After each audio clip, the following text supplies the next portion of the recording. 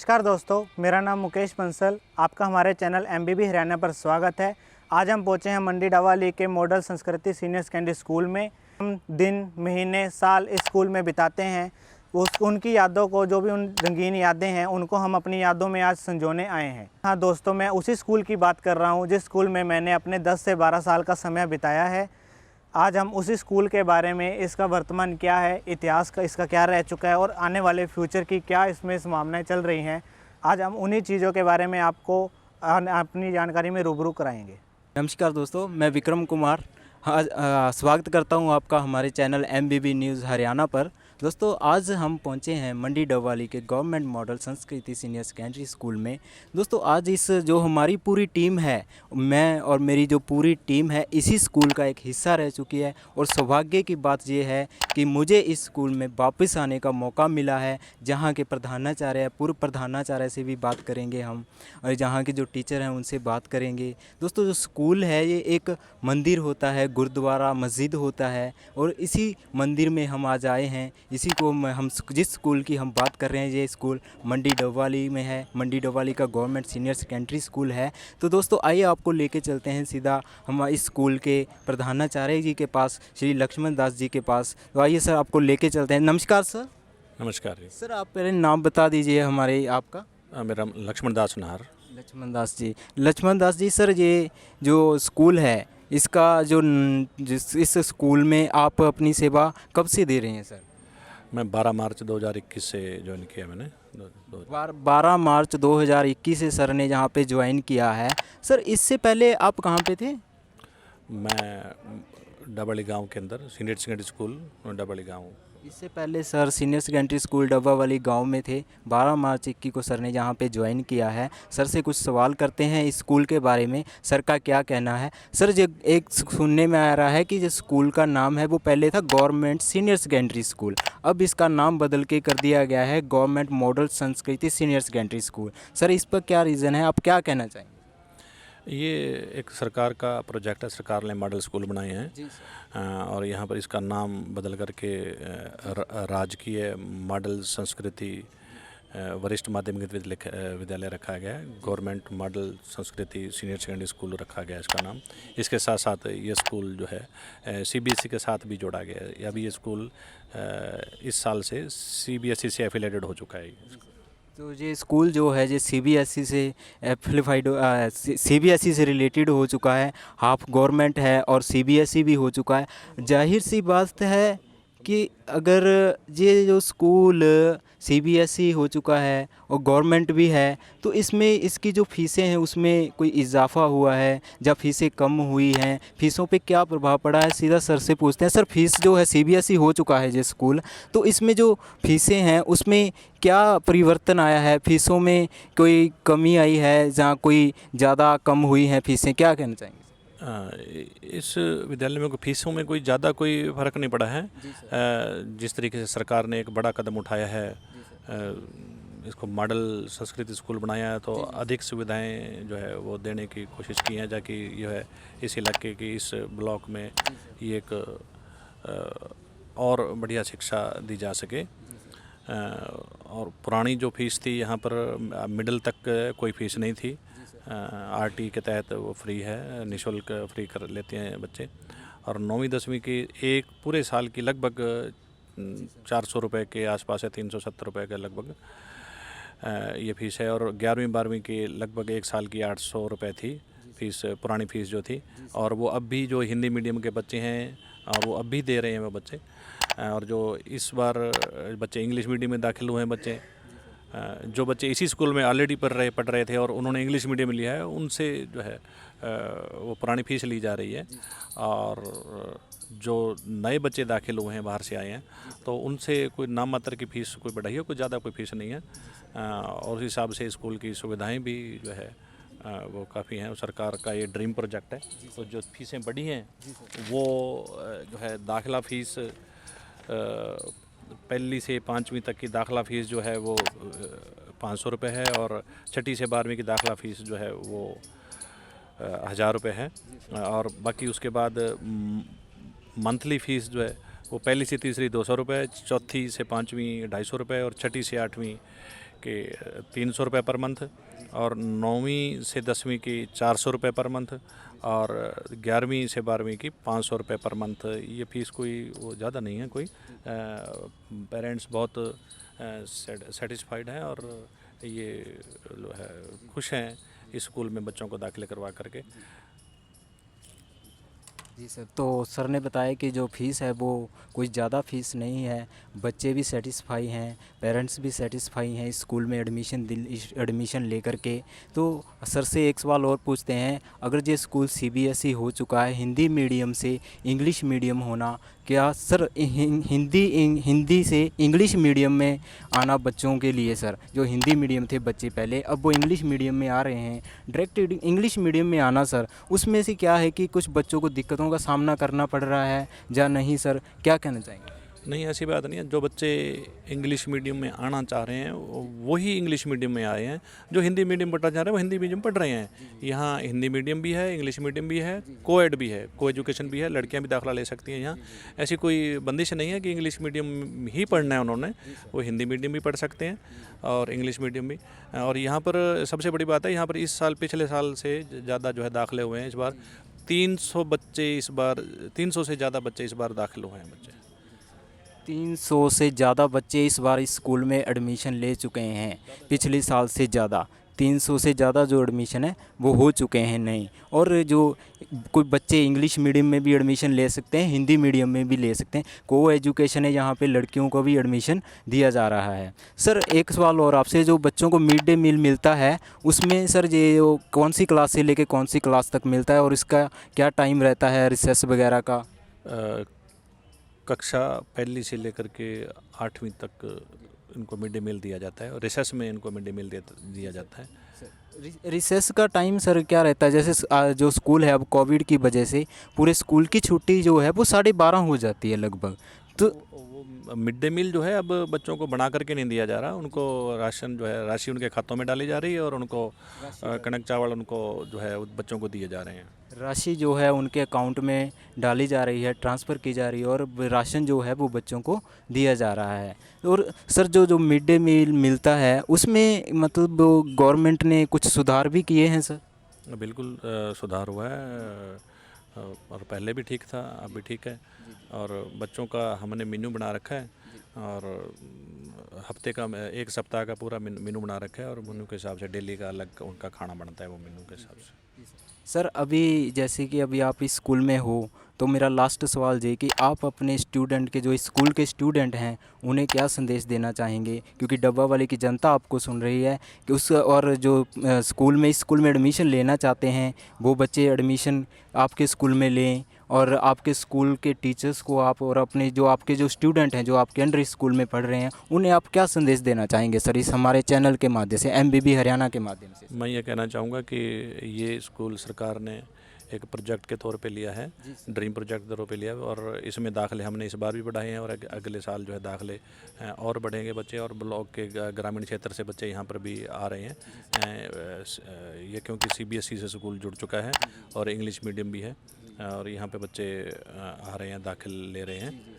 और इन कमज़ोर बच्चों के लिए यहाँ पर पहले भी मैं पिछले स्कूलों में रहा हूँ तो मेरे स्टाफ के साथ जो है कमज़ोर बच्चों को अलग से टाइम दिया जाता है। यहाँ तक कि कमज़ोर बच्चों को जो है नाइट क्लासेस भी लगाता रहा हूँ पीछे मैं। इस बार यहाँ स्कूल में भी जितना हो सकेगा जो है कमज़ोर बच्चों पे और ध्यान दिया जाएगा और मेरिटोरियस जो बच्चे हैं, होशियार बच्चे हैं, उन पर और ज़्यादा ध्यान दिया जाए कि वो मेरिट में आ सकें। जहाँ पे जो कमज़ोर बच्चे हैं उन्हें अलग से टाइम दिया जाता है सर, जो रात को भी क्लासें लगाते हैं बच्चों को पढ़ाने के लिए, ताकि वो बच्चे भी इंटेलिजेंट बन सकें, एग्ज़ाम में अपने मार्क्स अच्छे ला सकें। और जहाँ पे भी इसी स्कूल में भी सर जो हैं वो एक्स्ट्रा क्लासेस जो हैं बच्चों को वो प्रोवाइड करवाते हैं। सर आपका बहुत बहुत धन्यवाद। हमारी MBB न्यूज़ की चैनल आपका पूरा स्वागत करती है, हमारी पूरी टीम आपका बहुत बहुत धन्यवाद। आपने हमें अपना कीमती टाइम दिया sir, thank you very much sir.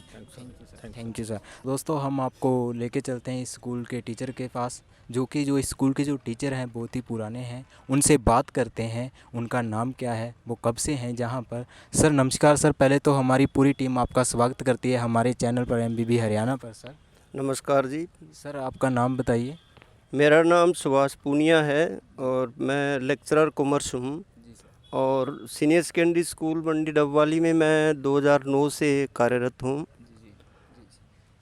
2009 से सर यहाँ पे इस स्कूल में अपनी जो ड्यूटी है वो निभा रहे हैं। कॉमर्स सर यहाँ पे पढ़ाते हैं। सर से जानेंगे इस स्कूल का इतिहास क्या है, इस स्कूल कब शुरू हुआ था, इस स्कूल से कौन कौन लोग हैं, जो वो कौन महान हस्तियां हैं जो इस स्कूल से निकल के गई हैं। सर आप पहले तो ये बताइए कि इस स्कूल जो स्कूल है ये कब शुरू हुआ था और कितने में शुरू हुआ था, बताइए सर। ये स्कूल जो है पहले एक मदरसे के रूप में सन 1890 ईस्वी में शुरू हुआ था। जी सर। तो शुरू में क्योंकि शिक्षा का अभाव था, क्षेत्र बड़ा पिछड़ा हुआ था, जी सर। तो पुराने समय में जो शिक्षा व्यवस्था थी वो धर्म के जो धार्मिक स्थान है उनके माध्यम से ही दी जाती थी। तो 1890 में यहाँ सबसे पहले एक मदरसा बना था, मदरसे के रूप में ये पाठशाला शुरू हुई।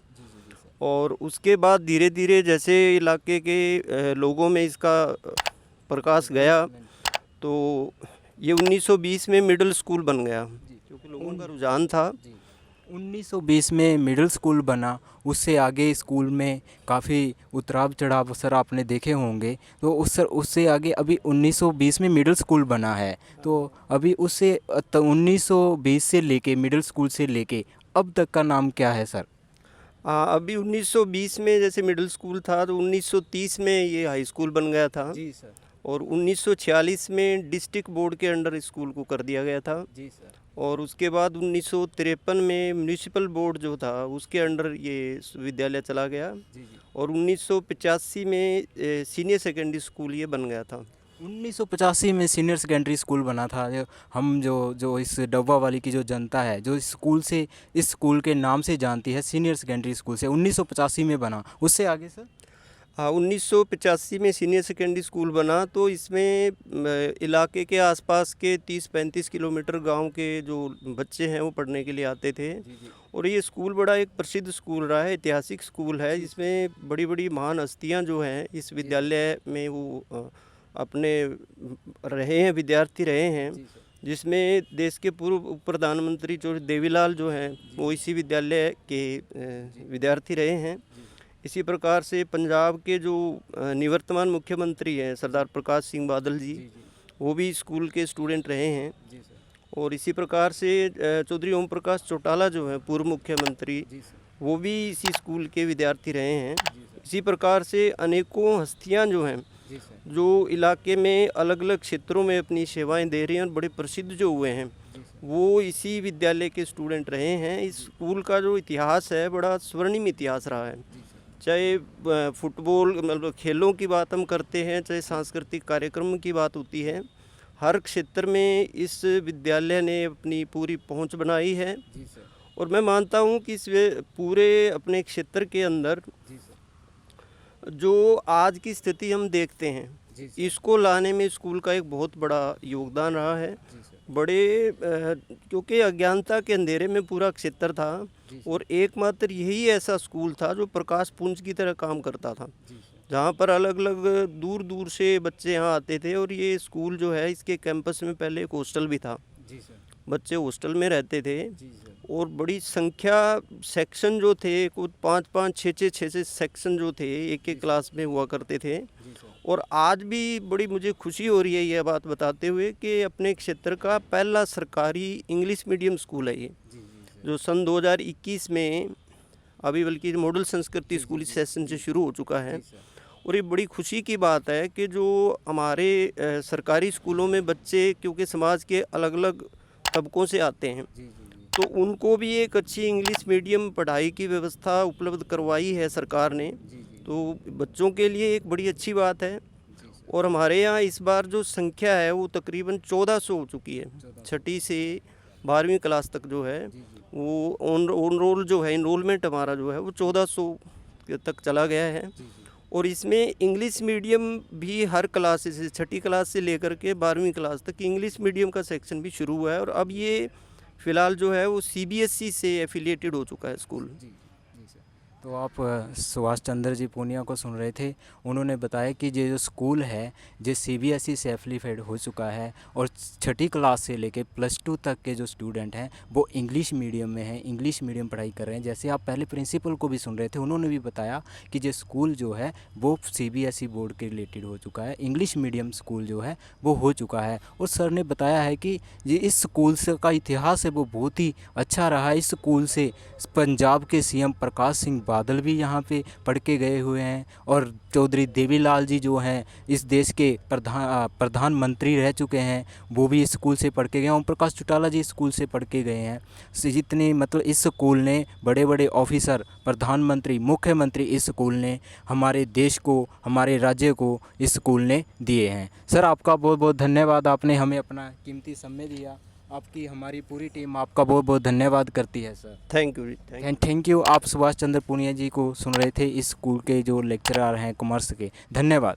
इंग्लिश टीचर जो हैं इंद्रजीत सिंह जी से आपकी मुलाकात करवाते हैं। वो इसी स्कूल में इंग्लिश के टीचर हैं और वो जलंधर के आकाशवाणी में काम भी कर चुके हैं। बहुत ही अच्छे टीचर हैं, बात करते हैं उनसे। सर नमस्कार सर। पहले तो हमारी MBB हरियाणा की जो टीम है, न्यूज़ चैनल है, वो आपका बहुत बहुत स्वागत करता है सर। हमारी पूरी टीम आपका स्वागत करती है। बहुत बहुत धन्यवाद जी आपका कि आप आज हमारे स्कूल में आए हो और पूरे स्कूल के प्रेमाइसेस के बारे में और इसकी गतिविधियों के बारे में आप स्टाफ मेंबर्स का इंटरव्यूज़ कर रहे हैं। आपका बहुत बहुत धन्यवाद, आपके चैनल का धन्यवाद। जी सर, थैंक यू सर। तो हम सर से बात कर लेते हैं। सर का नाम इंद्रजीत सिंह है, इंग्लिश टीचर हैं, जैसा कि मैं आपको पहले भी बता चुका हूं। सर से बात करते हैं, उन्हीं से पूछते हैं इस स्कूल के बारे में, उनके बारे में उनका क्या कहना है। सर मेरा पहला सवाल है आपसे ये है कि आपके विद्यालय को हाल ही में मॉडल संस्कृति स्कूल बनाया गया है, तो उस पर आपका क्या कहना है सर?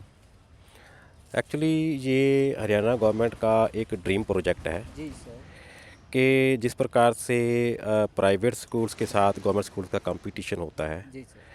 तो गवर्नमेंट स्कूल में वैसा ही इंफ्रास्ट्रक्चर दे करके, वैसी सभी सुविधाएं दे करके और यहाँ पर कम इनकम वाले बच्चों के लिए और जिन मैं कहूँ कि गरीब तबके के जो बच्चे हैं जी सर। उनको उसी लेवल की, उसी स्टैंडर्ड की एजुकेशन देने के लिए ये मॉडल स्कूल जो हैं वो बनाए गए हैं।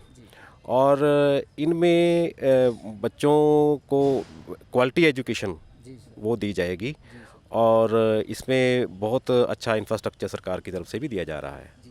बच्चों को अच्छी क्वालिटी मिल सके, इसलिए इस स्कूल का जो इंफ्रास्ट्रक्चर है वो बनाया गया है, सीबीएसई से बनाया गया है, ताकि बच्चों को अच्छी क्वालिटी मिल सके, उनको सीबीएसई बोर्ड में इंग्लिश मीडियम पढ़ने का मौका मिल सके। हमारे साथ सर जिनको आप सुन रहे हैं, इनकी कुछ बुक्स हैं जो प्रकाशित भी हो चुकी हैं, इंग्लिश की बुक हैं। सर से पूछते हैं सर की कौन सी बुकें हैं। सर आप बताइए, आपके जो इंग्लिश की जो बुक हैं वो कौन सी बुक है, उनका नाम बताइए सर, ताकि हमारे दर्शक भी जान सकें सर। एक्चुअली मेरी पर्सनल बुक्स नहीं है, वो एक anthologies of English poems international level के ऊपर अंतर्राष्ट्रीय कवियों के साथ जैसे मिस्टिकल टाइम्स है, डिफ़िकल्ट टाइम्स है, मिस्टिकल वॉइसेस है और इस तरह की एक अमेरिका से एक ऑनलाइन मैगज़ीन प्रकाशित होता है, टैफ्ट्स मैगज़ीन जिसको बोला जाता है। तो उसमें भी मेरी एक पोएम डिजिटलाइजेशन के ऊपर वो प्रकाशित हुई थी। और इसी प्रकार से वो बहुत सारे जैसे इंटरनेशनल कवि दरबार वगैरह, ऑनलाइन वेबिनार वगैरह होते रहते हैं, तो उनमें मैं अक्सर जो है वो पार्टिसिपेशन करता रहता हूँ। और मेरा यही एक ध्येय है कि ये तो जहाँ इससे मुझे अपने आप को एक अंतर्राष्ट्रीय स्तर पर पहचान मिल रही है, वो दूसरा मेरा ये काम करने का मकसद ये रहता है कि मेरे जो स्टूडेंट्स हैं, कम से कम मुझे अगर किसी मंच पर देखते हैं किसी तरीके से, तो उनको इंस्पिरेशन मिले, क्योंकि टीचर जो है किसी भी बच्चे का एक रोल मॉडल होता है और टीचर को देख करके उसकी पर्सनालिटी से प्रभावित होकर बच्चे बहुत कुछ सीखते हैं। तो मेरा ये इन सभी मंच के ऊपर काम करना, इस फील्ड में काम करना, एक तो बच्चों को ये लेसन देना कि आप अपने रूटीन कार्य के से हटकर भी आप अपने शौक़ भी पूरे कर सकते हैं। मतलब कहने का कि आप 24 घंटे बिज़ी रहें, कुछ ना कुछ करते रहें, नया करते रहें, इससे आपको जो है आत्मसंतुष्टि तो मिलती ही है, साथ में आपको प्रसिद्धि भी मिलती है।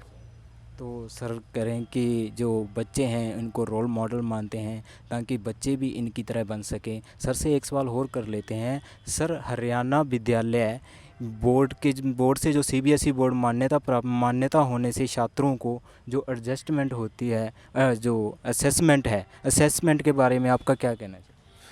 देखिए, बच्चों को जब जो कुछ पढ़ाया जाता है उसकी असेसमेंट होना बहुत ज़रूरी है। कोई ऐसा बोर्ड जिसके माध्यम से बच्चों का असेसमेंट किया जाता ताकि बच्चा जो सिलेबस में जो नेशनल एजुकेशन पॉलिसी है या नेशनल करिकुलम फ्रेमवर्क है उसके अकॉर्डिंगली जो उसमें अपने ध्येय रखे गए हैं, उद्देश्य रखे गए हैं, क्या बच्चे का उसके अनुसार स्कॉलस्टिक जो डेवलपमेंट हुआ है या नहीं हुआ है।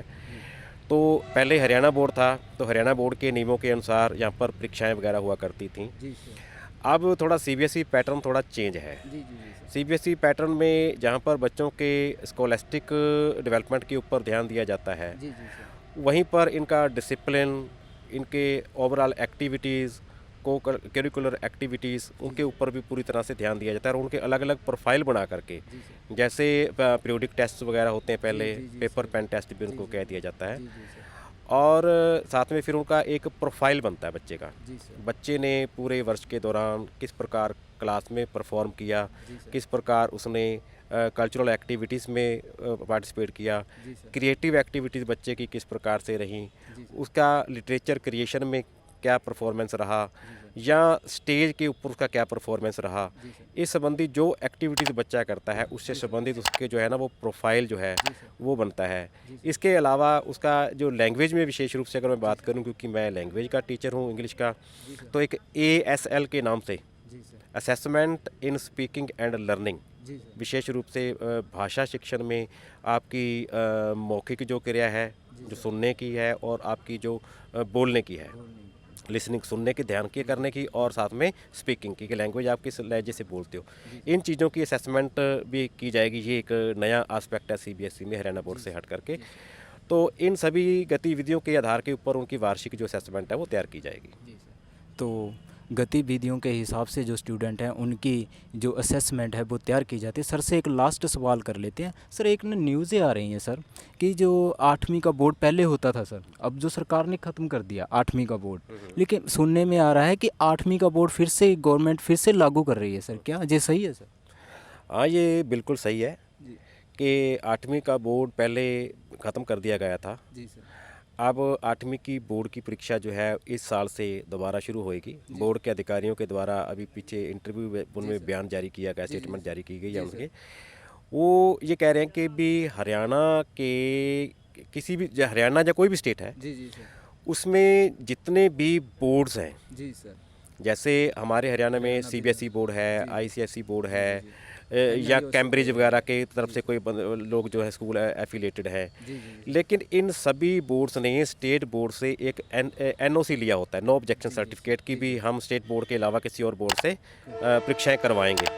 तो इस बार सेंट्रल गवर्नमेंट की भी ये पॉलिसी है, जो नई एजुकेशन पॉलिसी हमारी 2020 आई है, उसमें भी ये बात उभर कर सामने आई है कि स्टेट में चाहे किसी भी बोर्ड से एफिलिएशन है स्कूल का, हरियाणा बोर्ड को इस बात का अधिकार है कि वो 8वीं की परीक्षा वो लेगा, और सभी स्कूल चाहे किसी भी बोर्ड से एफिलिएटेड हैं वो हरियाणा बोर्ड की 8वीं की परीक्षा उनको देनी पड़ेगी, irrespective of whether they are government schools और प्राइवेट स्कूल्स। तो ये अच्छा स्टेप मैं मानता हूँ कि सरकार के द्वारा लिया गया है। हाँ जी सर। तो अभी आप इंद्रजीत सिंह जी को सुन रहे थे, जो इस स्कूल के लेक्चरर हैं। सर, आपका बहुत बहुत धन्यवाद। हमारी पूरी MBB हरियाणा की टीम है वो आपका बहुत बहुत धन्यवाद करती है, आपने हमें अपना कीमती समय दिया सर, बहुत बहुत धन्यवाद सर आप। Thank you very much, thank you very much. तो हम मिलते हैं आपको एक ऐसी ही नई अपडेट के साथ, तब तक के लिए बने रहिए हमारे इस चैनल MBB हरियाणा के साथ। मैं विक्रम कुमार, कैमरामैन बख्शीश के साथ, धन्यवाद।